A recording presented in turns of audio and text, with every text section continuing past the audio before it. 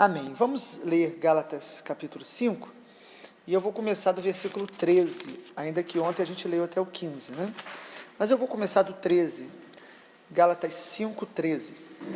Porque vós, irmãos, fostes chamados à liberdade, porém não useis da liberdade para dar ocasião à carne. Sede antes servos uns dos outros pelo amor, porque toda a lei se cumpre em um só preceito, a saber, amarás o teu próximo como a ti mesmo. Se vós, porém, vos mordeis e devorais uns aos outros, vede que não sejais mutuamente destruídos. Digo, porém, andai no Espírito, e jamais satisfareis a concupiscência da carne, porque a carne milita contra o Espírito, e o Espírito contra a carne, são opostos entre si, para que não façais o que porventura seja do vosso querer. Mas se sois guiados pelo Espírito, não estáis sob a lei. Ora, as obras da carne são conhecidas, e são prostituição, impureza, lascívia, idolatria, feitiçarias, inimizades, porfias, ciúmes, iras, discórdias, dissensões, facções, invejas, bebedices, glutonarias e coisas semelhantes a estas, a respeito das quais eu vos declaro, como já outrora vos preveni, que não herdarão o reino de Deus os que tais coisas praticam.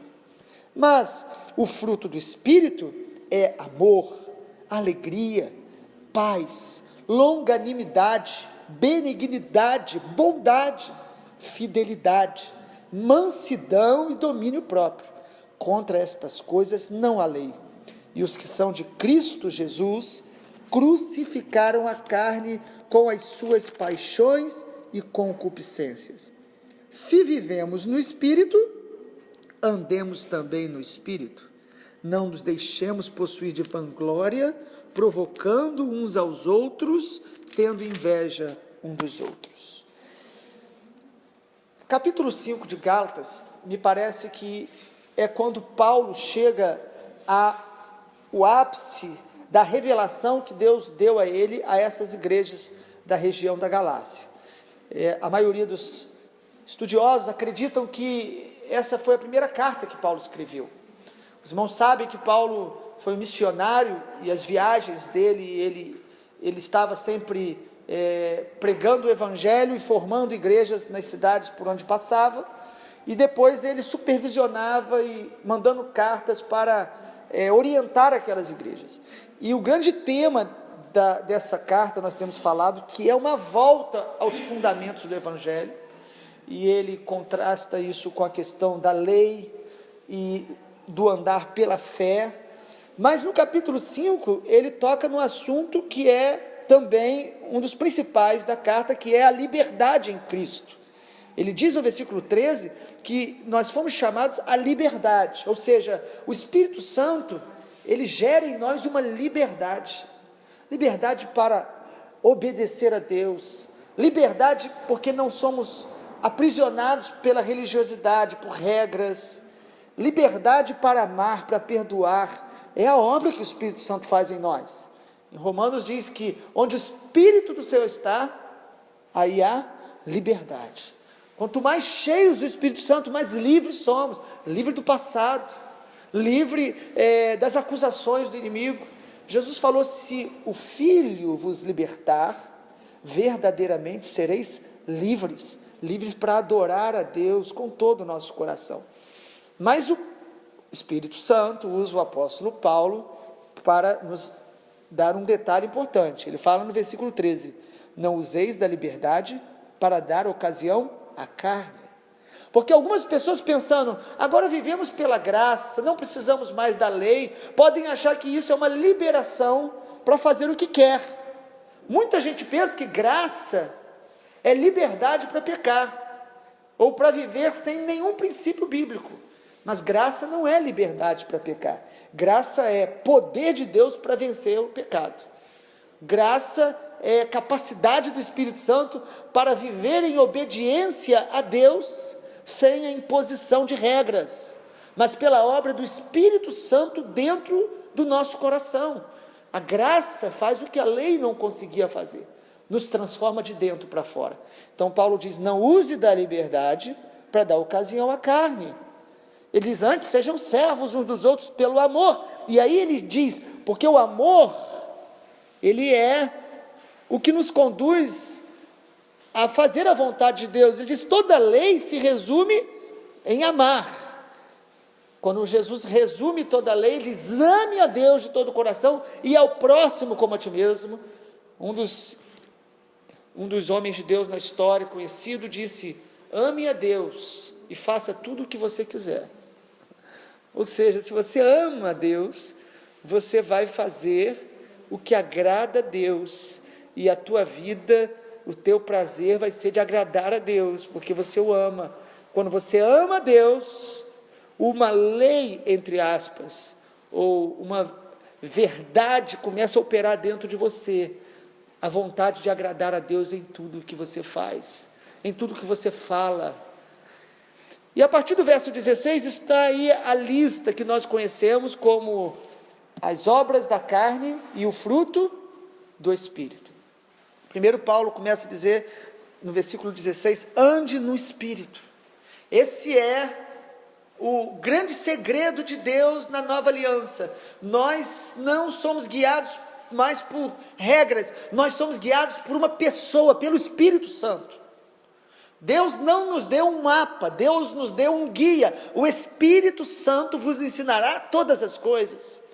Então, combatendo os judaizantes destas igrejas da Galácia, Paulo diz, nós não temos mais comprometimento de seguir a lei para a salvação ou para a santificação, porém, nós temos o Espírito Santo agora, que habita em nós, que nos ensina a fazer a vontade de Deus. Ande no Espírito, ou se renda ao Espírito Santo, esteja sensível à voz do Espírito Santo, porque ele vai te guiar a agradar a Deus. Ele diz, ande no Espírito, e você não vai satisfazer a cobiça da carne. Nós vencemos a carne pelo poder do Espírito Santo, pela dependência do Espírito Santo, aleluia, por ouvir o Espírito Santo, ser guiados pelo Espírito Santo. É maravilhoso demais. Ele mostra o que é certo e errado, cumprindo-se o que diz em Isaías, que quando caminharmos com Deus, na profecia, ou nas profecias de Isaías acerca da nova aliança, o Senhor diz, quando você estiver caminhando, você vai ouvir uma voz dizendo, este é o caminho, andai nele. O Espírito Santo nos guia, ele nos guia a toda a verdade, ele nos guia através da palavra, ele nos guia trazendo paz. O Espírito Santo fala, ele está conosco. Jesus falou, eu volto para o Pai, mas não vos deixarei órfãos, eu darei o meu Espírito, o Espírito do Pai, vos enviarei, e ele estará com vocês, e ele vos ensinará todas as coisas. E aí ele fala que o Espírito, ele é oposto à carne.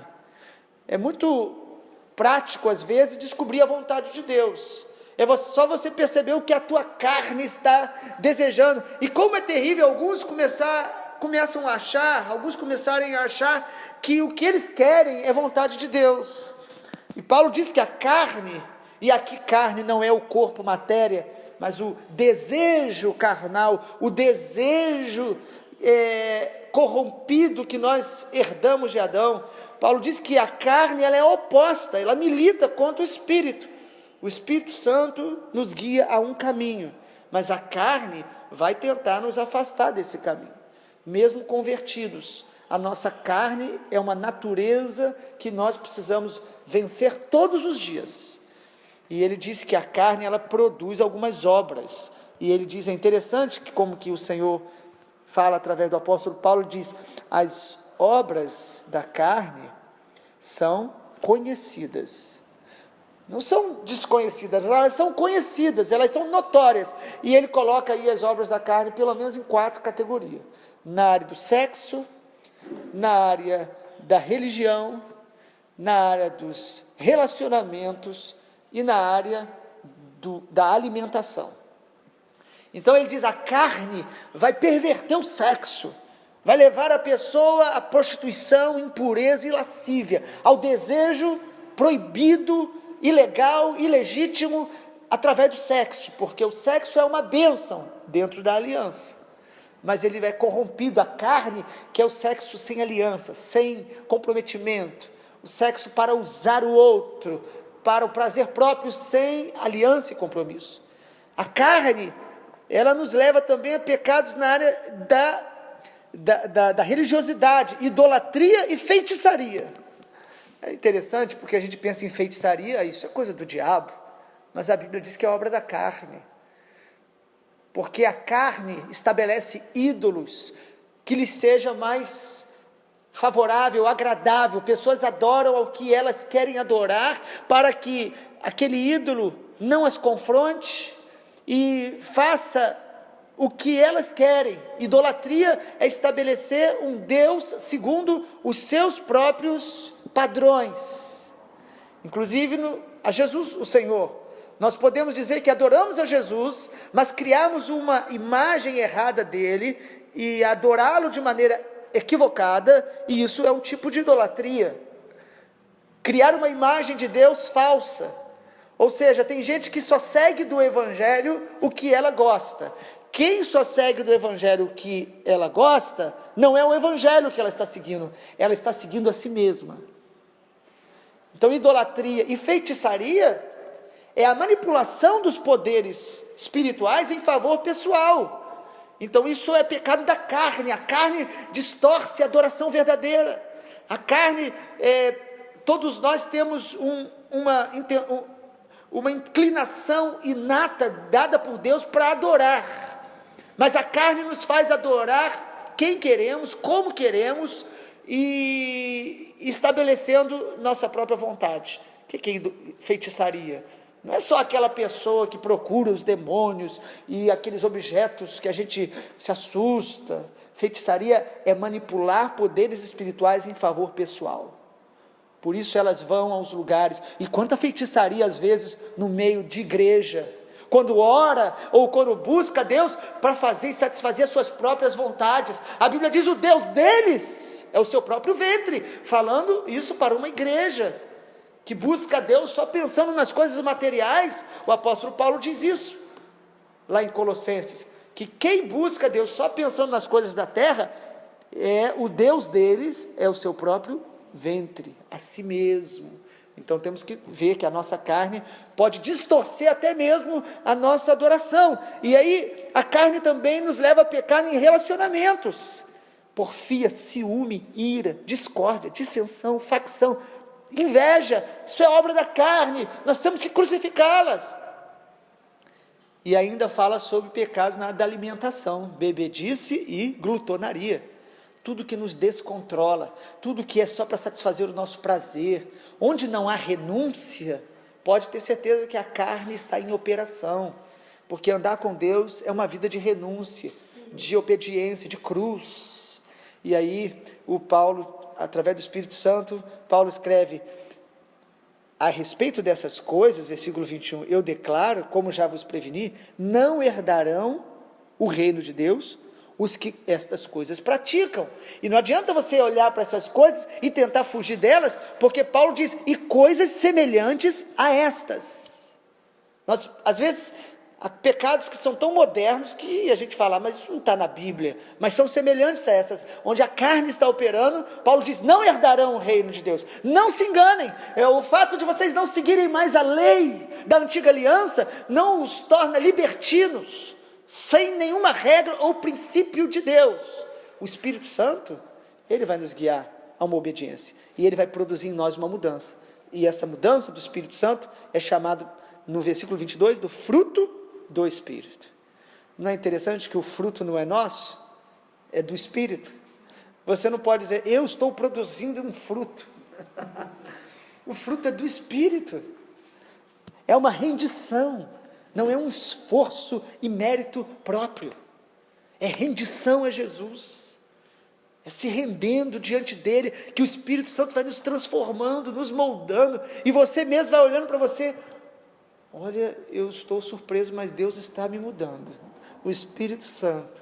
Mas por que você mudou isso? Alguém brigou, alguém impôs, alguém disse que você tem que ser assim? Não, eu estou ouvindo o Espírito Santo, e Deus está mudando meu coração. É maravilhoso demais a obra do Espírito Santo. É perfeita, é tremenda, é algo poderoso. O que a lei não pode fazer, o Espírito Santo faz, que é nos mudar dentro, o caráter. O que é o fruto do Espírito? É justamente o resultado de uma rendição à obra do Espírito Santo. O fruto do Espírito é a identidade de Jesus no caráter da igreja. O Espírito Santo, todos os dias, você sabe o que o Espírito Santo quer fazer com você todos os dias, quando você acorda? Levar você para a cruz, imprimir em você o caráter de Jesus. Ele quer matar a gente todo dia, matar a nossa carne todo dia. E aí o fruto do Espírito está aí. Ele coloca pelo menos 9 manifestações, ainda que o fruto está no singular. Ele diz, mas é amor. É o amor ágape aqui, não é o amor sentimento, é ágape. O amor decisão, é o amor renúncia, é o amor que pensa no outro. Amor, alegria. E quantas pessoas que dizem que são do Senhor, religiosas, e não têm essa alegria, porque não estão se rendendo ao Senhor, porque onde o Espírito do Senhor está, há uma alegria especial. Isso é marca do reino de Deus, justiça, paz, alegria no Espírito Santo.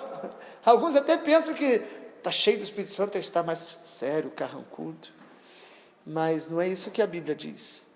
A Bíblia diz que na presença de Deus, a plenitude de alegria, há uma alegria em Deus pela rendição ao Espírito, a alegria, paz, esta paz que o mundo não pode dar, que excede a todo entendimento, vem pelo render-se ao Espírito Santo. Longanimidade, a paciência, eu não tenho paciência, a carne não tem paciência, mas o Espírito Santo, quando nos rendemos a Ele, Ele nos leva a um lugar de longanimidade, a capacidade de segurar o fôlego debaixo d'água durante muito tempo. Essa expressão está muito ligada a isso. Os irmãos aí que gostam de mergulhar, gostam de nadar, né? Tem pessoas que conseguem ficar muito tempo ali, é a longanimidade. Você está achando que não vai conseguir, que tem que reagir na carne, mas o Espírito Santo te dá fôlego para suportar as dificuldades sem reagir na carne. Longanimidade, fidelidade, bondade, tudo isso é obra do Espírito. Mansidão, isso é obra do Espírito Santo. Quem não está vivendo isso, está vivendo na carne. Mansidão, não é a pessoa apática, mole, e devagar, que não reage a nada. Mansidão, a palavra no hebraico tem uma expressão que significa a força de um cavalo, mas que foi dominado, que foi domado. Ou seja, nós temos em nós muitos desejos e vontades, mas foi controlado pelo Espírito Santo. Não é por mérito, é pela graça. E aí ele ainda diz, domínio próprio. Contra estas coisas não há lei.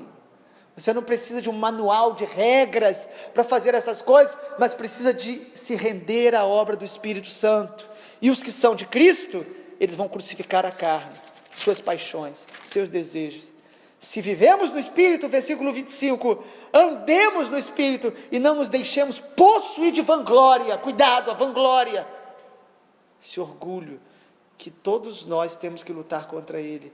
Não se deixe possuir, provocando uns aos outros, tendo inveja uns dos outros, competindo uns com os outros. Então o apóstolo Paulo conclui o capítulo 5, ainda que ele não escreveu por capítulos, mas esse trecho ele diz, viva no Espírito, ande no Espírito, se renda ao Espírito, o Espírito Santo te guiará a toda a verdade.